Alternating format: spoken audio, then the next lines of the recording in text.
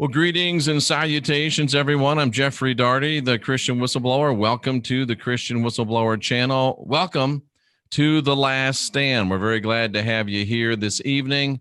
We're trying to bring you some information that you can use to unindoctrinate yourself. That's what it's all about. And tonight, even though she had her main computer burn out, and even though she's on a backup system, Cheryl Costa is with us tonight. UFO expert. I don't know if you can say former Buddhist priest or still one monk, but a very, very interesting person. And just by a very short introduction, Cheryl is an upstate New York resident and a New York native. Saw her first UFO at age 12, and a military veteran, retired information security professional from the aerospace industry, a speaker at the International UFO and Congress and the MUFON Symposium. Cheryl, welcome to The Last Stand. Hi, Jeff. How you doing? I am doing great. Things are going so well. You know, I know there's a lot of people in the world that say things are bad and getting worse, but around here, Cheryl, I got to tell you, they're good and getting better. Okay. And that's the way we want to keep it. Now, you spoke at MUFON conferences a lot, correct? Yeah, well, let me qualify something you did in the intro. Okay. I was a Buddhist nun for 7 years. Okay. Okay. And they tell you the vows are permanent, but you can outgrow them. And I managed to outgrow them. And my Lama said I was welcome to stay in those robes, or I can do what I do in yogi robes. So these days I'm an ordained yogi, but that isn't normally something I say that much in the Buddhist, in the UFO community. I just found it so interesting listening to some of your interviews as we were getting ready for this. It's because it's, you know, a lot of times we allow ourselves to get pigeonholed into just one thing. And that certainly doesn't seem like that's been one of your struggles. You have a very broad base of information and understanding, and I would commend you for that. Well, actually, you know, it's interesting, depending upon where you want to go with the show. When it came to the UFO community, I started out doing UFO stories with my newspaper column. And of course, we sort of evolved into the statistics. Never believed in a gazillion years I'd write a book of statistics. And 6 dead math teachers from high school probably would never have believed it either. The joke in my senior class of people, we're having our 50th reunion next year. About 30 of them called me up and said, you know, we've got 6 dead math teachers rolling over in their grave like a rotisserie. That's funny. But the bottom line is that if you get on the topic matter of consciousness, which is one of the subtopics within UFOlogy, I can do a very good talk on that. So maybe save that for another thing, but we can touch on it if you like. Absolutely. Absolutely. And you have spoken at some MUFON conferences? Yeah, I spoke in 2016, and I spoke at this I didn't actually speak in the main plenary event at this, the 50th anniversary. I was there. They brought me in Friday afternoon to give a special bonus presentation to the MUFON investigators. There was about 75 or 100 of them. And I gave them a statistics talk, and then I showed them how we had developed UFO sighting forensics, and blew a lot of people's socks off. Fascinating. And, this is the first group we ever gave a forensics talk to, and I've had a couple of people reach out and say, "Gee whiz, can you work with me on this or that?" Or so it's been kind of interesting. But I wasn't part of the main plenary talk, which is what's really weird is that they've never really given me center stage. Interesting. Do you consider yourself a member of MUFON? Oh, no. Okay. I am not. I was for 1 year before I started writing my newspaper column.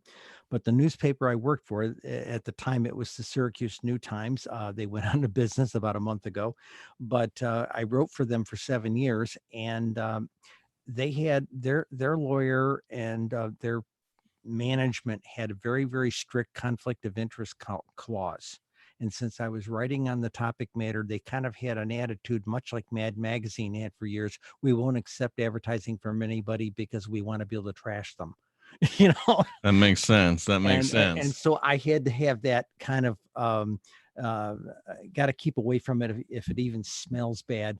And I had a lot of people accuse me that I was back when our first book first came out back in 2017. I had a lot of people talk radio hosts calling me a shill for MUFON, and no. I had to beg them for the data. We combined National UFO Reporting Center and which is publicly available, and we talked them MUFON into giving us the data that we were looking for, and since that time we've had a better working relation. It's a friendly relationship, but I am not a member of MUFON, and I cannot be, because I am a journalist, and probably the newspaper I'm going to be picked up with in very near future. The way they're talking to me is I'm going to be under similar restrictions. So. I understand. That makes sense. And I was hoping you might be a MUFON member so I could vent one of my frustrations about MUFON. I had some very nice, a lot of nice people in MUFON, a lot of great researchers in MUFON, and they have their own strictness about them. And I was set to speak at one of the big conferences. One of the people that I won't call her name to save her embarrassment had arranged for me to speak, and then they found out that I was going to speak about UFOs in the New Testament, and the kibosh was put on it right away. And I'm a little bit surprised that MUFON, and you can correct me if I'm wrong, it seems like they don't really want to address the subject of UFOs in the New Testament. I don't know if there's a strong Christian contingent, but I would contend there's more evidence of UFOs in the New Testament and some of the sightings there than there are in many of the sightings that they investigate. I would concur with you on that. One of the presentations that I rarely get to do, but every now and then some library will ask me to give it, is a history of UFOs. And I've got all these slides in there from the Air Force Academy's manual, Physics Manual 370, where it says there's carvings that are 40,000 years old in China that indicate that these people were here. And there's logs from Roman centurions, that kind of stuff. And no doubt that there's stuff in the New Testament, and heck, just the stuff Von Daniken talked about, Very interesting. Enoch and all those guys. So I would have been very intrigued by a presentation like that. I would have enjoyed it a great deal. I have to tell you, when I was at the Cherry Hill 2017, 2017 conference, I wasn't speaking, but Jenny Stein had reached out to me, and many months before the conference, and asked me if I could write some of my, do some special articles. Newspaper reporters, when they do an article for another publication, it's usually special to, right, magazine or whatever. And I wrote a bunch of articles wherever they told me the magazine was and what their serving counties were. I broke out the stats for their readership. Okay. Local stats, local county and city data information to inspire people to come to the convention and hear more. Amazing. And it was a promotion effort. I hoped it would put me into good graces with MUFON management. And while I was there, I was pressed into service. A couple of things happened there, and they asked me if I could come rub shoulders with people, shake hands with people at one point, which I did. But I came out of one particular presentation, and this very, very nice dressed older man, I mean, I'm 67 years old, and this guy seemed older than me, came up to me in a suit and tie and pressed a big envelope into my hand and told me that he was a Catholic, and that he felt that he represented a group of people who felt that the off-worlders are demons. Okay. Right. And I did my best to be polite with the guy, and I gave him his 90 seconds or 2 minutes to give me a spiel, and he did. And I said, okay, thank you. I've listened to you. Please understand that I'm of the Buddhist tradition, and I see them as our sky brothers and sisters, and the universe is teeming with life. And once we people here on Earth wake up to the fact that we're connected to every living thing, everywhere, every when, ET will probably knock on our door and say hi, But we need to wake up to that fact. And he didn't like that too much. And what I noticed afterwards, a very large group of people met him in the lobby, all dressed similarly. I mean, when I say a large group, and there must have been 20 or 30 people came up and asked him how. I overheard them say, well, how did you make out talking to her? That kind of thing. And I don't want to say I wrote a nasty article. I wrote a rather stiff article about the encounter in my column. I don't. Lou Elizondo, I interviewed the guy a couple of times, and he told me that some of the middle level management there in the Pentagon told him to stop doing. He should stop all this UFO research stuff because those folks out there are demons. No kidding. Even in the Pentagon. Yeah, and those were the people who were stopping, from what Lou was hinting to me, middle level management. Some of these guys were stopping the stuff getting up to Secretary Mattis. This is why Lou left the Pentagon. Amazing And, intrigue. we had a really in-depth talk. I never published that interview. My boss and I had asked a completely different set of questions than everybody else has asked the guy, where he kept falling on his security oath. My spouse is a career research librarian, and we were at the IUFOC when they did the video thing of him in 2000. I believe it was 2018. It was the year I won the Researcher of the Year. And I looked at Linda. I was scheduled to talk to Lou 2 weeks later, and here they're playing a video, and it was like about every question I was going to ask. And I said, oh, Linda, I can't do this, And she says, don't worry, I'll write you some questions. Now, there's a little trick here. Okay, you got two chicks here. Okay, so okay. For those of you saying, hey, I don't sound like a chick. Look, I'm a transsexual woman. I transitioned 30 years ago. It is old news. Okay, all right. So, in fact, most of my I was actually longer a woman at Lockheed Martin of my 32-year career than I was a boy. So, fine. So you used both restrooms during your career? During my career, yes. And actually, I used all 3 restrooms. Oh, they've got a third one now. That's right. No. Back in the day, they had an bathroom for those of us who were transitioning. No kidding. That's funny. Usually off in some decommissioned side lobby someplace. But the deal is this. I just lost the train of thought. What were we talking okay. You were talking about the fellow you were going to interview. They did a video and add all your questions in the video. So he kept going on the security oath, which he frequently does when most people ask him all to go right to the jugular vein questions. Chicks, you know how chicks are, it's called pillow talk. You kind of ask the question sideways to get to the answer, So Linda's got a career being a research librarian, and part of the job is knowing how to ask questions. And she basically wrote all the questions, and I didn't get the security oath once. Excellent. So she did a great job, and you did a great job delivering the questions. Yeah. And only one time did he cut me off very tersely. And I asked him, did they have, we were talking about my book, and I said, so far, my understanding is this statistical work is the best thing outside of a classified environment. Did you guys have a database like mine? And his answer was simply yes. But he did ask me for a copy of my book because he suspected they were not supposed to be using like MUFON or NUFORC data. They were only collecting the stuff the military was dealing with. So they really, because of posse comitatus laws, they were not supposed to be using the civilian resources. Makes sense. So if you believe the military, then my database is unique. Yeah, interesting. It's funny you mentioned the bathrooms, because I was just thinking I do a little bit of stand-up comedy, and I was in Starbucks, and I got very offended by there's 3 bathrooms now. There used to be just men and women. Now there's 3 bathrooms that are open for anybody. But it used to be very easy for me, Cheryl. There was one bathroom, it had men on it. I went in that. Now I'm forced to make a choice and a decision that I never had to make before. So I'm offended by having to make a choice, not by the fact that there's bathrooms for different people, just that I have to make another choice in my day. Yeah, well, it gets complicated.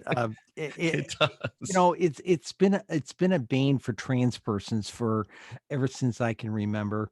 And it didn't matter what kind of an organization you told them you were going to have a gender change, and the trans person was always like the second question out of their mouth was, you know, what bathroom are you going to use?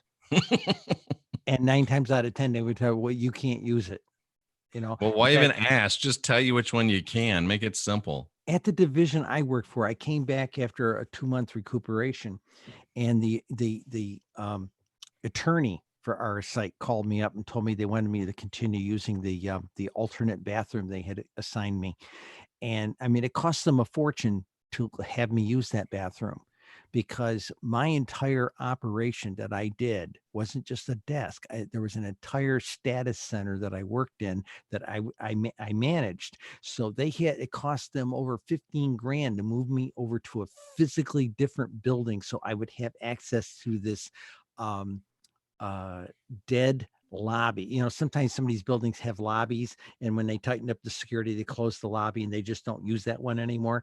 So I had access, a long walk, but I had access to this dead lobby, which had a single stall bathroom in it. Interesting. The things that you don't think about, it's fascinating to learn some of the things that go on in other people's lives that you don't even think about. So very interesting stuff. And you mentioned the demon part, and that's always one of the classic questions. But another one coming out of our chat room, which is Please. kind of another end on that, is Yes. a Milk Apple says, "Do UFOs even exist? It seems like they're invented, if anything, but I have an open mind." What about the people that say, they're not even real, they're just made up, they're a scare tactic? Nah, nah, nah, nah, no, nah. Okay. Now I don't know the source of them, and when people say where are they from, I say all of the above. Okay, but in 2017, Fox Home Entertainment did a poll that said that, in the course of the poll, they kind of confirmed a 2012 poll that National Geographic had done. But one of the questions they asked that National Geographic didn't ask was, they asked people if they had seen a UFO.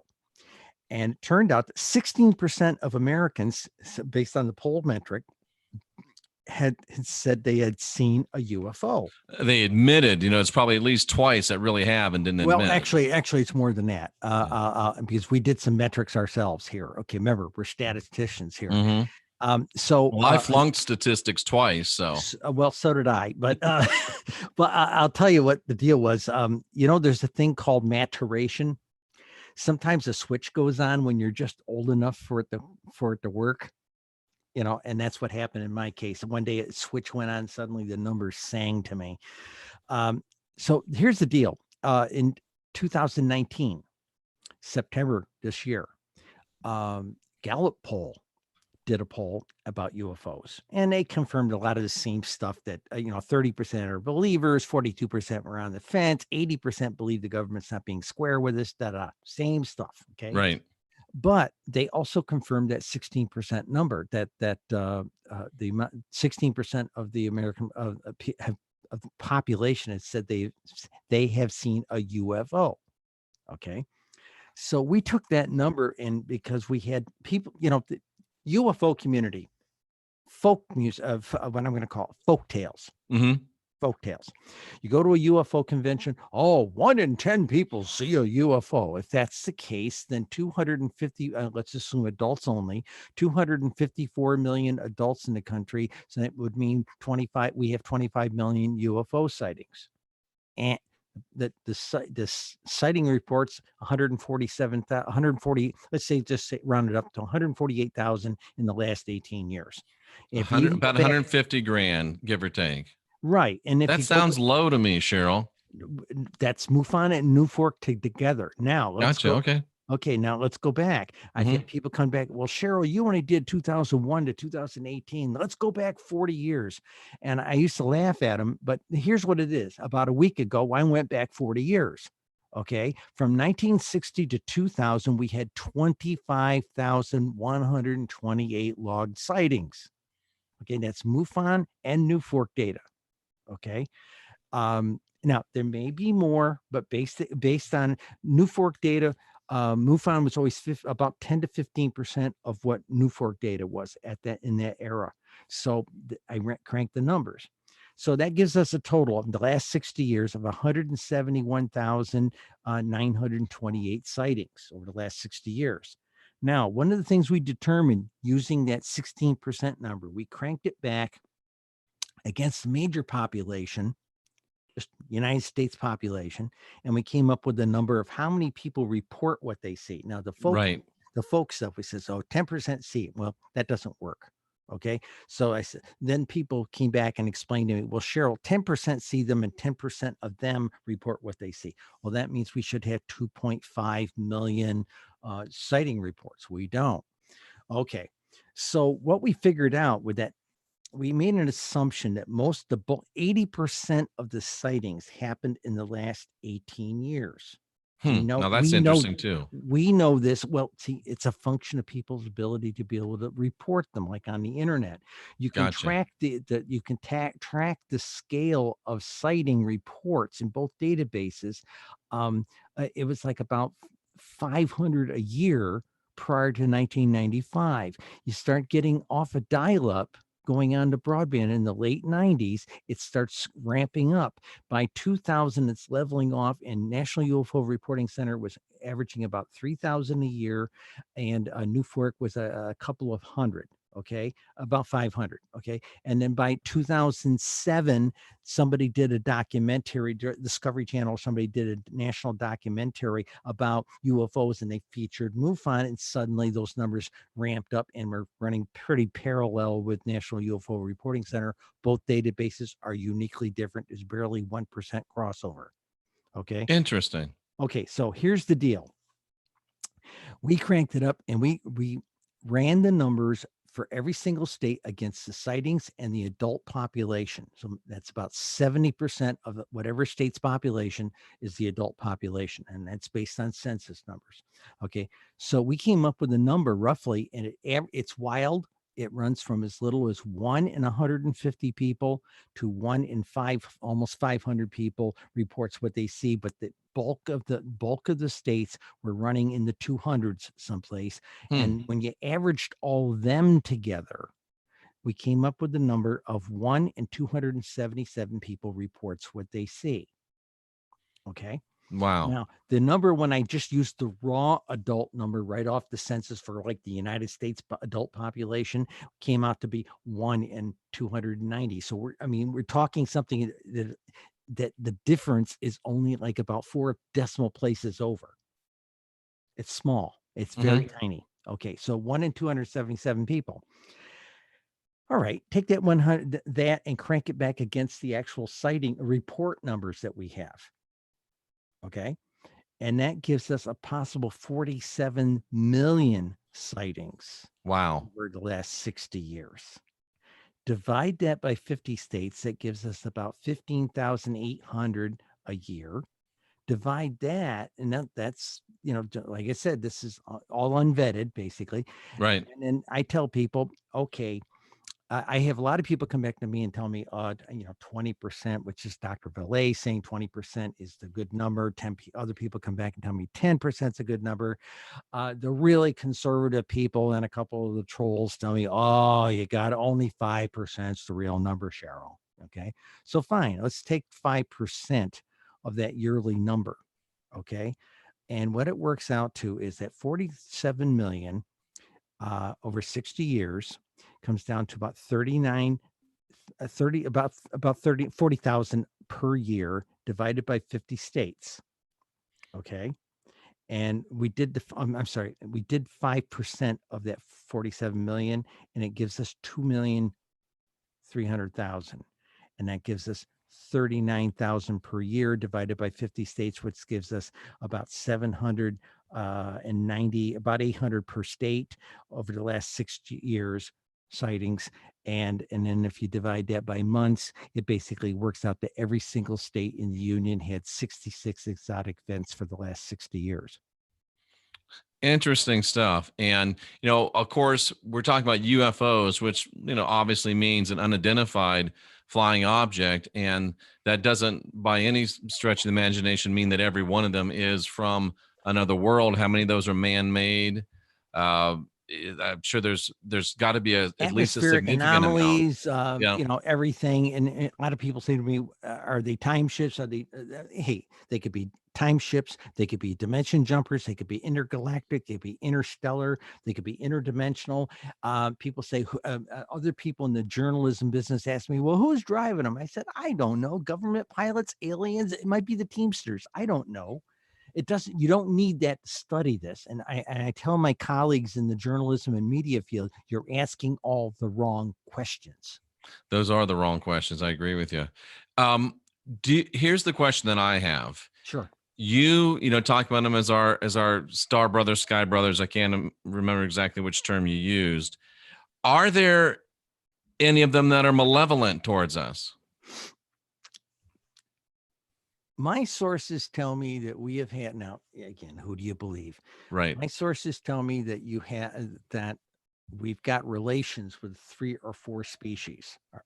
World governments do. Okay. And then there's a few that they don't have relations to, that they're a little twitched out about. Okay. And, but again, are we expecting an invasion from them?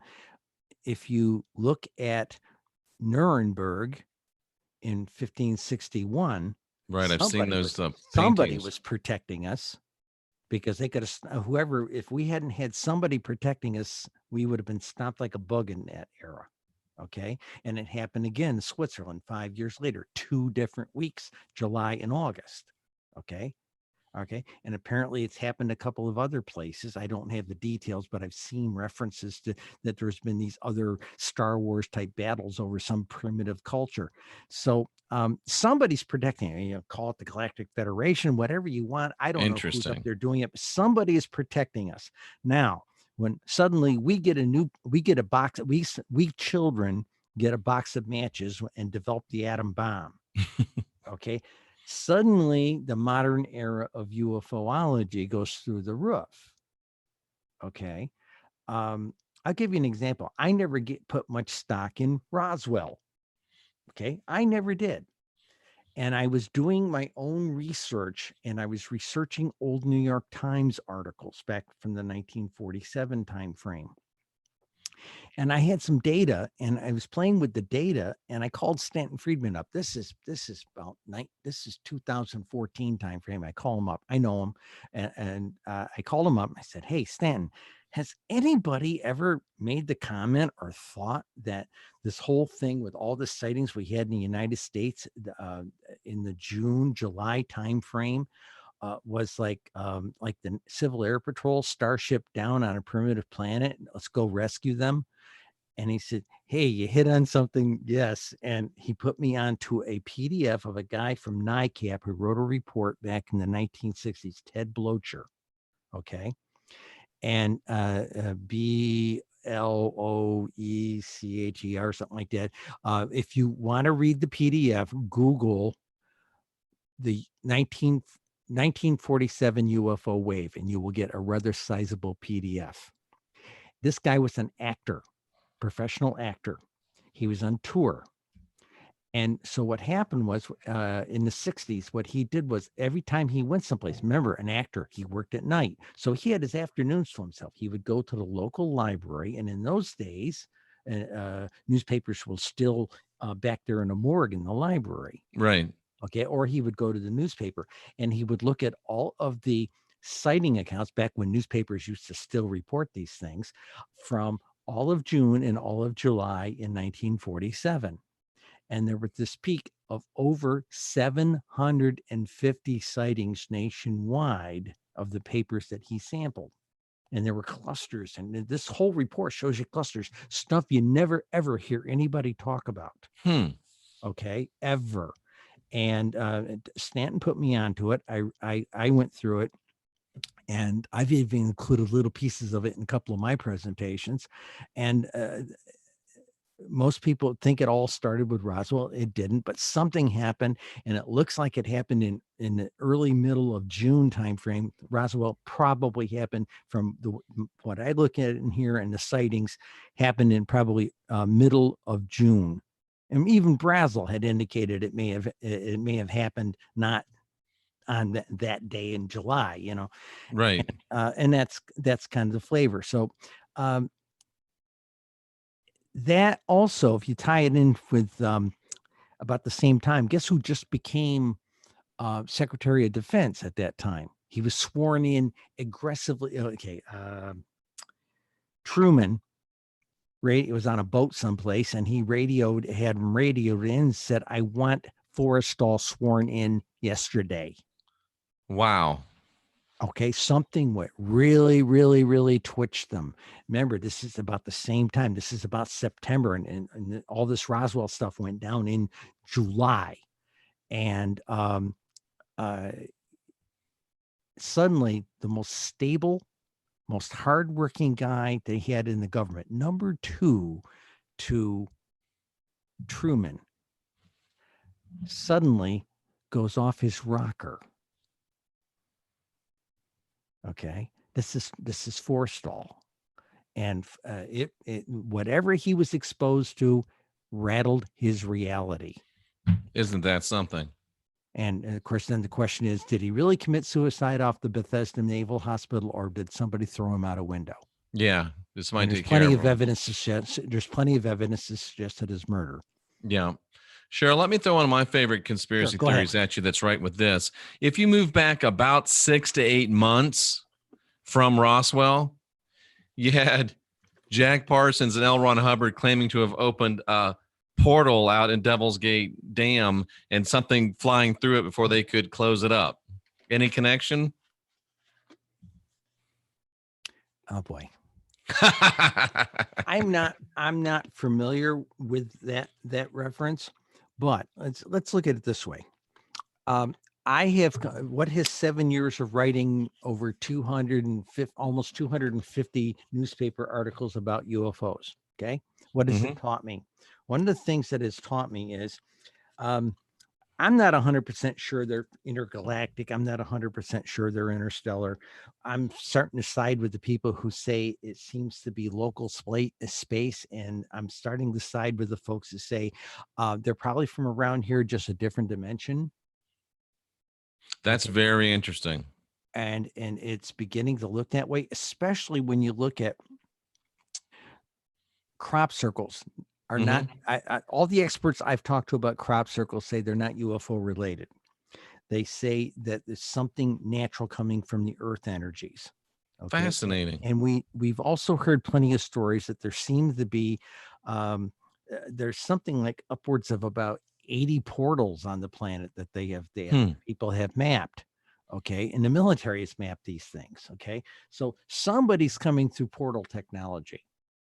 Okay. And so people say to me all the time, well, how come these UFOs, if they can fly across the galaxy, how come they crash on our little world?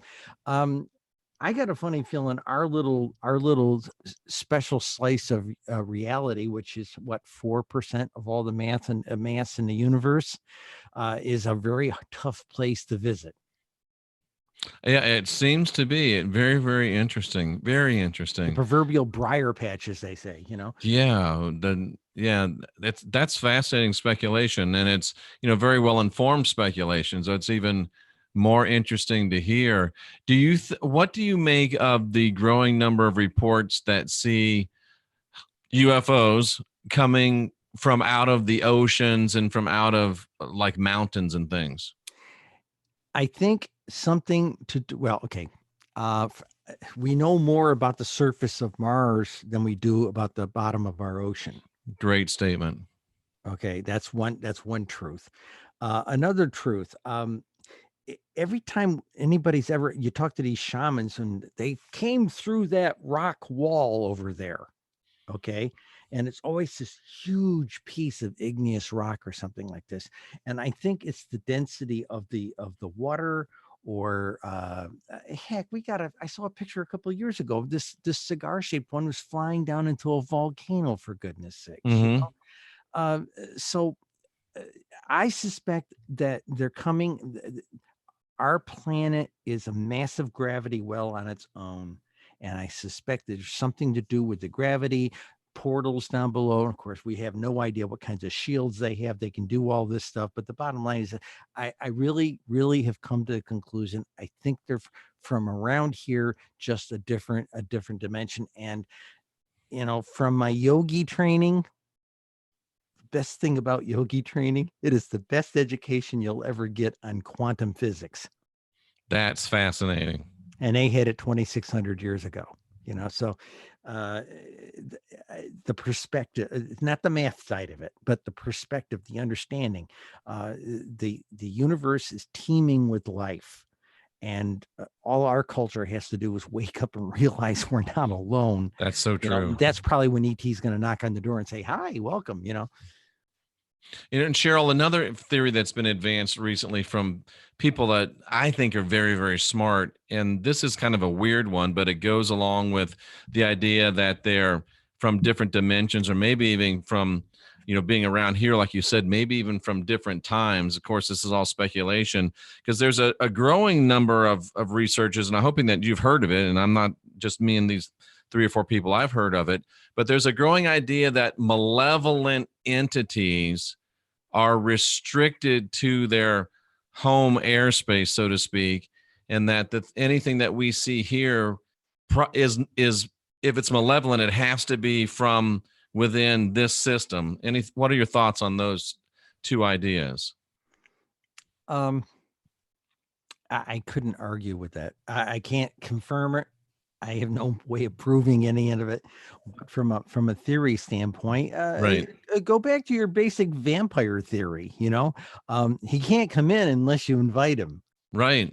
Okay. And you know what, Cheryl? Neither can Jesus. Exactly. And yes, exactly. And the paranormal community. One of the things I got trained on in the monastery, one of my specialties. Lama looked at me one day and he said, you're a death walker. Ooh. You've seen death. And I said, well, I am a combat veteran. Yes, I have, so I got trained in the death rites.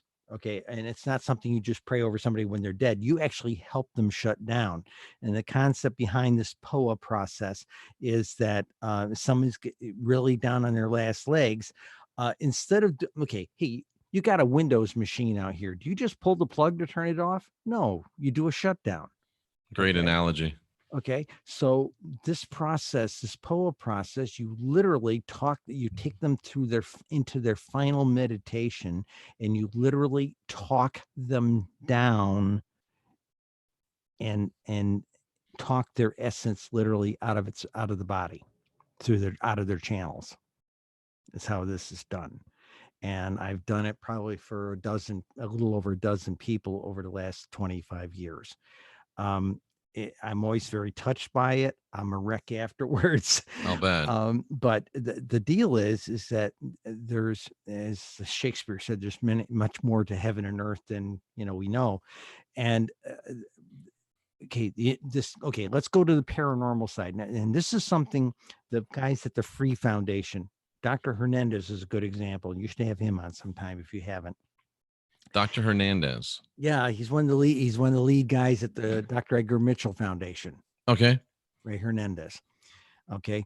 One of the things him and I had some really good, I'm going to call this friendly arguments about at the Ozark convention. I love friendly arguments, and I want to go to the Ozark convention. I came within an eyelash of being there last year, so it's fantastic. We'll see you there. You're not happen by any chance going to Laughlin in a couple of weeks, are you?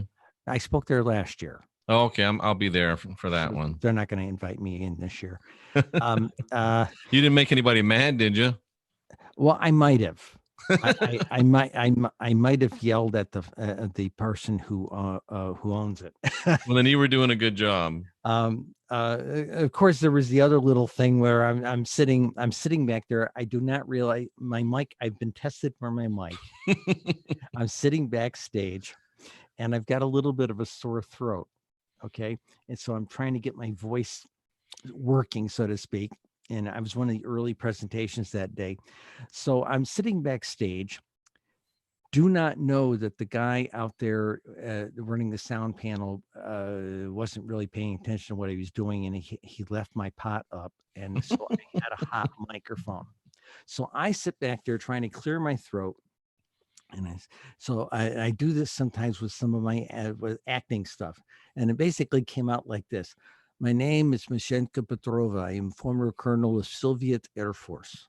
I am a flight surgeon.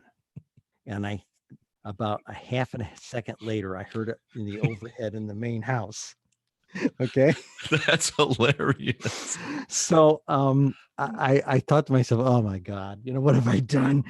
So I went out, and after I was introduced, I greeted them in Russian.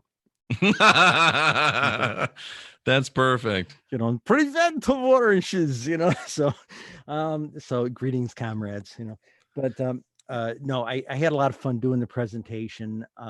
It's a long convention, and that's the one problem. It's a long convention, but they're doing it in that particular hotel.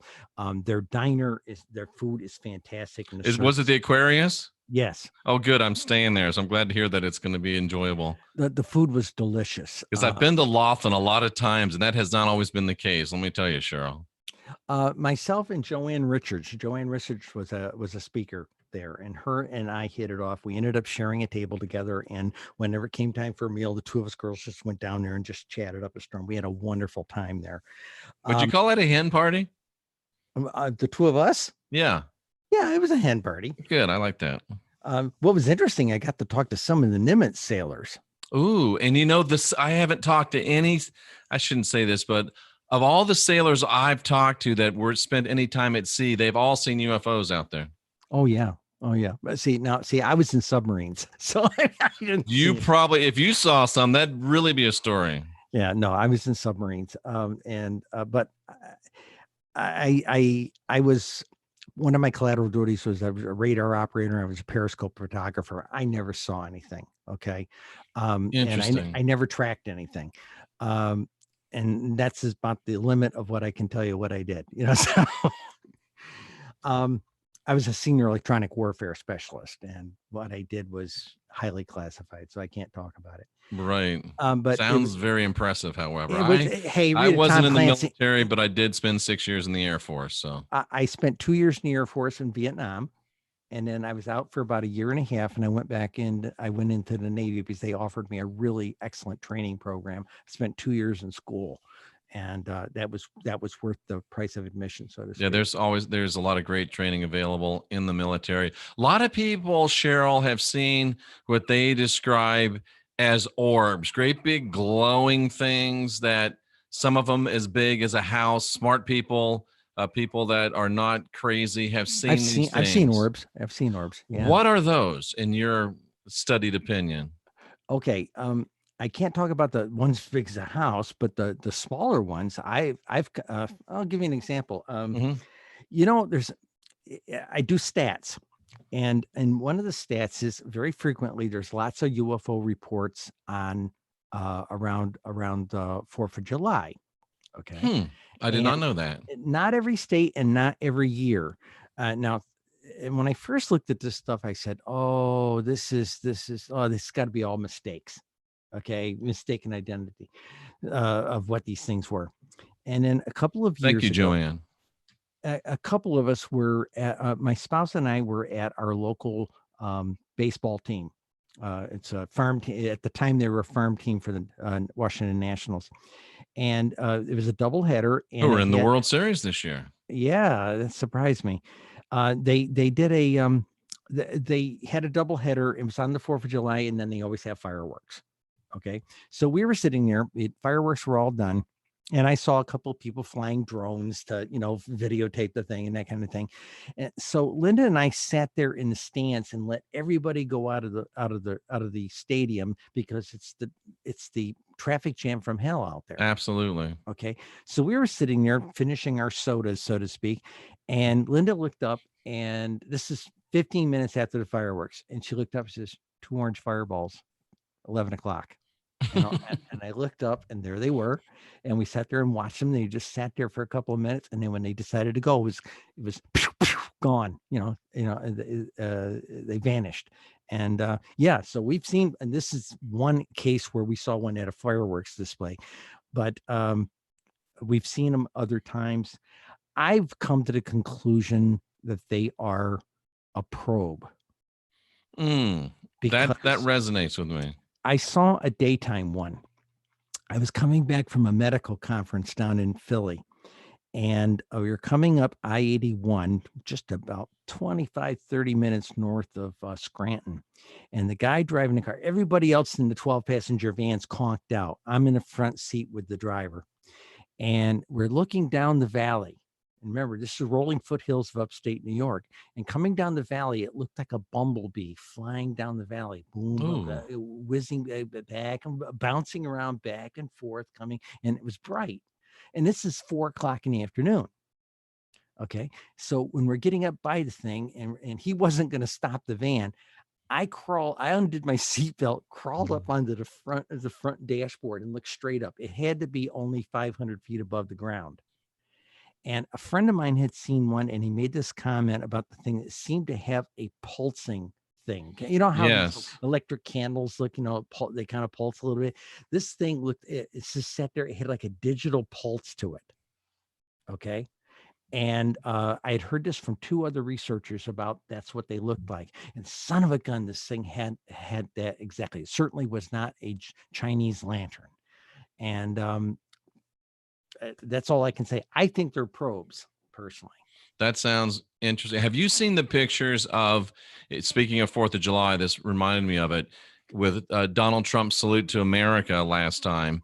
There's at least 2 or 3 pictures out there that are from behind the stage in their very wide span. And it looks like there's about 5 craft in formation on the left side and 5 or 6 craft in formation on the right side, just sitting there observing those. Have you seen those? No, I have not seen that. Would that surprise you if there was something like that there? No, it wouldn't surprise me at all. Let's talk about Trump for a moment. Please. They had... And we have people on both sides of the aisle here, Cheryl. Oh, no, I'm not throwing stones at the guy. Except just tiny little bit of stone here. Yeah, well, he deserves a few little stones. Well, okay. He'd even admit that. Okay, let's look right after Alessandro had his first. They were running the unidentified program. Suddenly, we start reading in the news, all the congressmen and senators started asking the Navy for briefings. Okay, and people were saying, "Has the president heard this stuff? These things are real." Got Chris Mellon, former deputy of intelligence for the Department of Defense, coming out and saying they're real. Okay, so this went down like this, and so finally, who's that guy from Fox that interviewed him? I can't Hannity. No, not Hannity. The other guy. Kind of a goofy guy, but basically he interviewed him, and he asked them during the course of his interview about the UFO stuff. I saw this one. Yeah. Okay. Now, most other times you see an interview with Donald Trump, he is very verbose, sometimes runs at the mouth. And in that particular interview about that topic matter, he was as sober as a judge. He was. That is strikingly sober. Strikingly sober and strikingly non-committal. Quiet. Yes, exactly. Donald Trump has an opinion about everything because he knows more than anyone about everything. Yes. Except that he didn't want to talk about it. He did not want to talk about it. And the goofy thing about it is early in his presidency, he told some of his staff, I remember reading a story about this. He was telling his staff how many of those things he's seen. And they had to quiet him down. Oh, the president can't be talking about this stuff, Yeah. So there's more to that story, obviously. Do you have any speculations on it that you'd like to share with our audience? In what regard? About what Trump may know and doesn't know and isn't saying? All right, let's look at it this way. Truman had to cover it up with Roswell. Okay.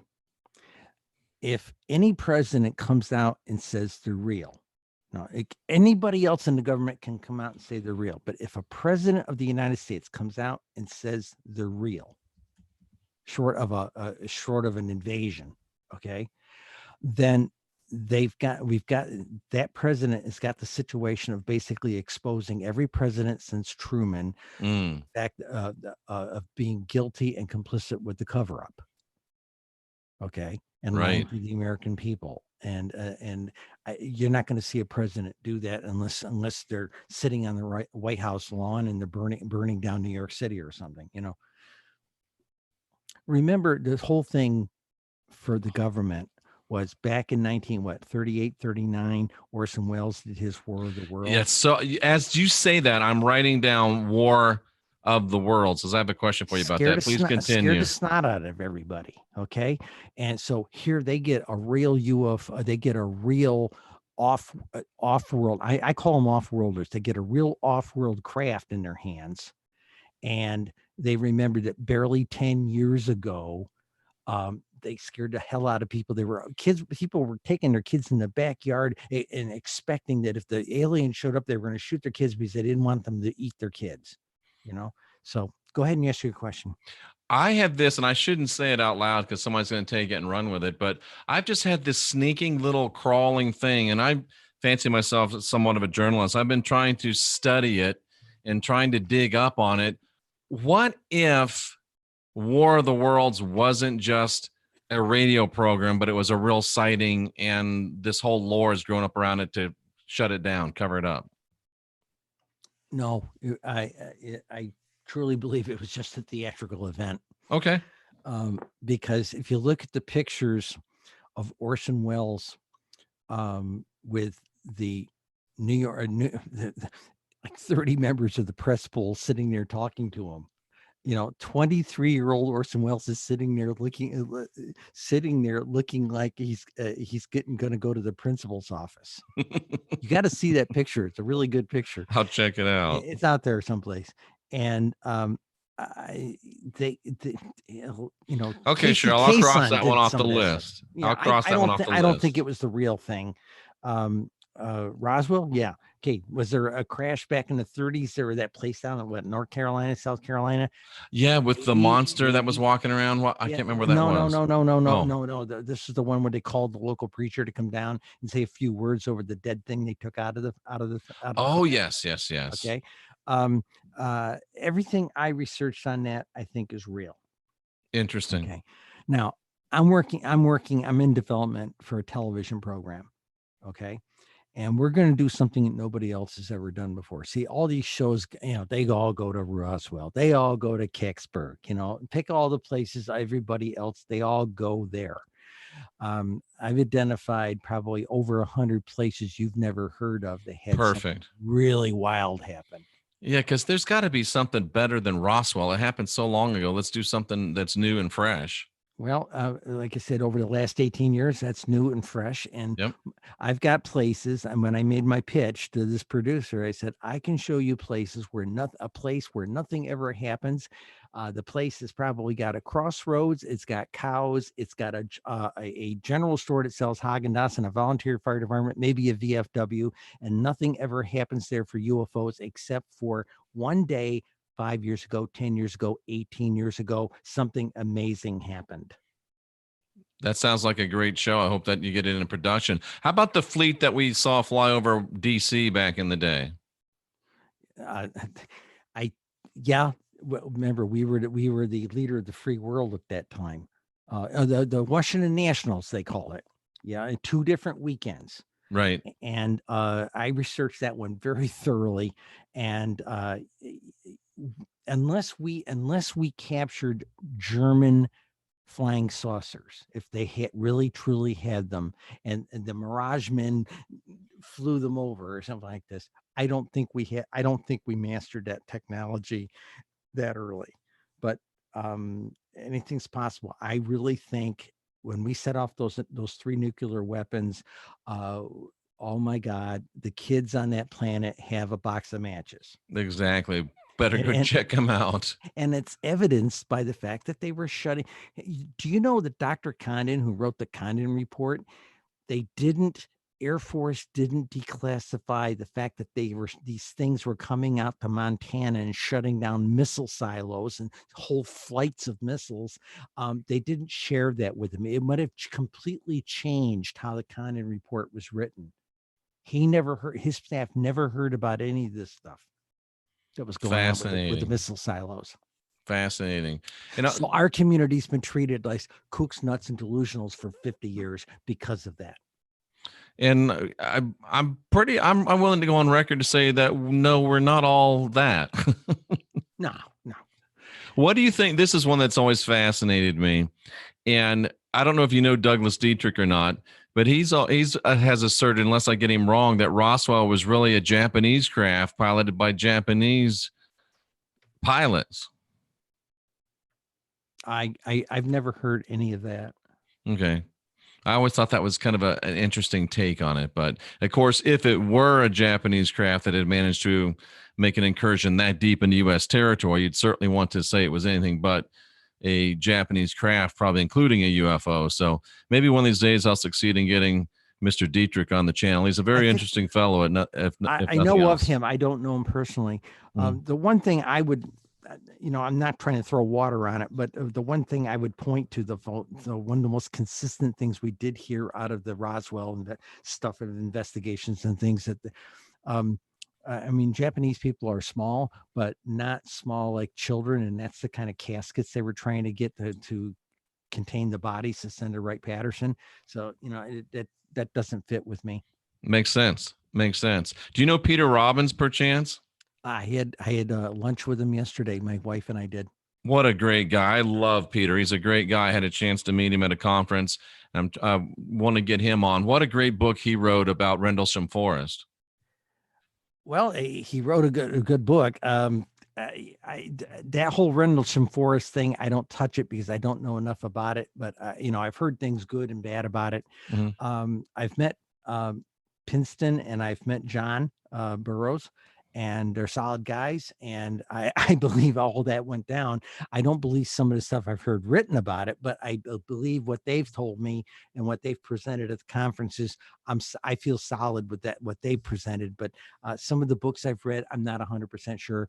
And I think even to some degree, I think Pete's not 100% sure anymore because he got fed a line of goods too. He did. He had some interesting experiences with the fellow that co-authored the book. He's a very humble, very honest man. And he was devastated when that happened. Yeah.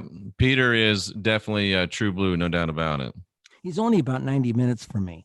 And Linda and I made arrangements to, he gave a talk about Forstall on Saturday up here at our MUFON Club. And we had already had him on the calendar to go down, have dinner. We had a nice luncheon in his dining room, and we plan to have him up here and feed him one of our dinners. So absolutely, we'll give him my regards when you see him. I will. I'll be seeing him again soon. Excellent. I had one more question for you, and it slipped my mind. Uh-oh. That's what happens when you get old. There's two things. One, your memory goes, and I can't seem to remember the other one, Cheryl. I think one of the things I tell people ask me, do I believe in UFOs? I said, you mean like I believe in Buddha or I believe in Jesus? I said, I hate the term believe. I attest to a terminology of calling, I have a wider world view. There's most of the people I know that are really grounded in the topic matter. They don't believe, they know. They know, exactly. And very well stated. I've seen enough stuff over the years that I know. My second sighting that I had, I was 18 years old. I was in Cam Bay, Vietnam. It was Christmas Eve, about 11:30. A friend of mine and I were walking down to the base chapel to go to midnight mass. I wasn't really a Catholic anymore at that point, but it was something to do. Sure. Okay. So we were going down, tradition, that kind of thing. And we were walking down, and we were stationed at Cam Bay Air Base, about central part of the country. So it's a big sandbar out away from the jungle part of the country. And so there was no light pollution really to speak of. And unless you were down by the runways or something. And we were walking along, and up by constellation of Taurus in the western sky, we saw this streak going across the sky. We thought, meteor? No, jet? Maybe it's a jet. And then it stopped like a rock. Ooh, And we thought, helicopters don't fly that fast. No. And I said, what is that thing? And I said, and I'd already had my first sighting back when I was 12. I said, if that's what I think it is, it's going to start doing something strange. And damned if it didn't start dancing around like a fairy and then gone, And interesting. neither one of us had our minds on midnight mass. So I've seen enough stuff. I've probably seen 40 of these things over the last 40 years. And my spouse and I saw one about 2 years ago that looked like somebody was flying a Christmas tree at 300 knots. That's how bright the lights were around that wrapped around the thing, flying a Christmas tree sideways. So we've seen all kinds of strange stuff. I saw, before I started writing my column, I came home from the newspaper I was working at in the technical department. It was 3:30 in the morning. It was June of 2012, about a year before I started writing my column. And I usually close my garage door and stand in my driveway and look north. And I usually stood there and usually marveled at the Big Dipper. Mm. Okay. And I was sitting there marveling at the Big Dipper, and I heard, kind of a humming, pulsing sound. And I looked up, and a clear gazillion stars in the sky kind of night, and the stars are blotting out. Ooh. And as it turned out, it was a triangle. I never reported it. I put it in my diary, but I never reported it. After I was writing my column, many 8 months later, I went back into the National UFO Reporting Center stuff for that particular date. And son of a gun, there was a nurse that came off shift about the same time at 3:30 in the morning. And she was on one of the opposite hills here in Syracuse, and she reported it. Fascinating. Yeah, you made a kind of a throwaway statement in one of the interviews I watched where you said that if people go out and speak welcome to our star brothers, that they show up. Do you still stand by that, and do you recommend people do it? Yeah, actually, if they get the nerve to do it, Okay. they're silly doing it. It goes in the flavor of the CE5 people. Have you interviewed any of the CE5 folks? I have not even heard of the CE5. Is that like Okay. Charlie Echo 5? Yes, Close Encounters 5. Okay. Okay. Okay. We all know about Close Encounters 1, 2, 3, and 4, so to speak. Okay. Right. 1, 2, and 3 were saw it, got close to it, and then had like Close Encounters of the Third Kind, like ET, up close and personal. Close Encounters 4 was added by Hynek later to kind of talk about something much closer, much more personal, and then. But it was communication. Close Encounters 4 was communication to us from them. Okay. Close Encounters 5 was human initiated communication. Ooh. Okay, on the flavor of psychic outreach. And I during my column writing it, I wrote several articles for the CE5, specifically for CE5 people. I said, look, if you're doing this, you obviously have to learn to do good meditation. Let me tell you some tips about meditation. I lived in a monastery for 7 years, So I told them, don't eat garlicky food, onions, pizzas on the night you're going to do this stuff, because you don't meditate well with gas and all this kind of stuff. Yeah. And basically that's the flavor I took. I have told people, if you go out there, Thank you, Smurf. turn off the bloody phone and go out there and lay on the hood of your car or something like this and just let go and wait and watch and don't talk. Don't sit there and run your mouth to your girlfriend or something like that. Shut up and think thoughts of, you're welcome to come here. Please show yourselves. And by God, you might see something. I've talked to CE5 people, and they have some very, very excellent results. Excellent. Cheryl, it has been a real privilege to have you with us tonight. I wish you the best luck in getting your technology up and running and in all of your travels. Safety to you and your spouse. We really appreciate you sharing your experience. And of course, thank you for your service to our country as well. If you could, before you go, if you have some last words, please share those and let us know people that are interested in finding more about your work, where they can go? Well, if they'd like to read my archive of articles, there's Syracuse New Times server is still up. If they go to syracusenewtimes.com, all one word, syracusenewtimes.com, and hover over the opinion thing on the navigation bar, you'll see a drop down. One of them is for the UFO column, New York skies, and you go there and you can start going back 200 and at least 200 of the 240 articles are available if you want to dig in deep. On the other hand, if you don't want to dig in deep, in about a month and a half or so, all those articles are going to be in a book form and will be available on Amazon probably by the end of the year. Excellent.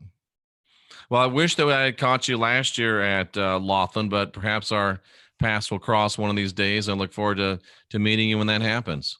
Please feel free to have us back anytime. We can, by the way, I can do a really great talk about consciousness if you ever want to do that talk. You can. I heard part of it, and I'd love to have you back for that. I appreciate it very much. Thank you for having me. Ladies and gentlemen, Cheryl Costa. I'm Jeffrey Daugherty, the Christian Whistleblower, and we do know that the history is written by the winners. I say, let's get busy, win today, and write a better tomorrow. For Cheryl Costa, I'm Jeffrey Daugherty, thanking all of you for being here and wishing you a very, very pleasant evening. Thank you again, Cheryl. We really appreciate your time. Anytime. Take care, my friend. Bye-bye. And salute to all of you in the chat room. Take care.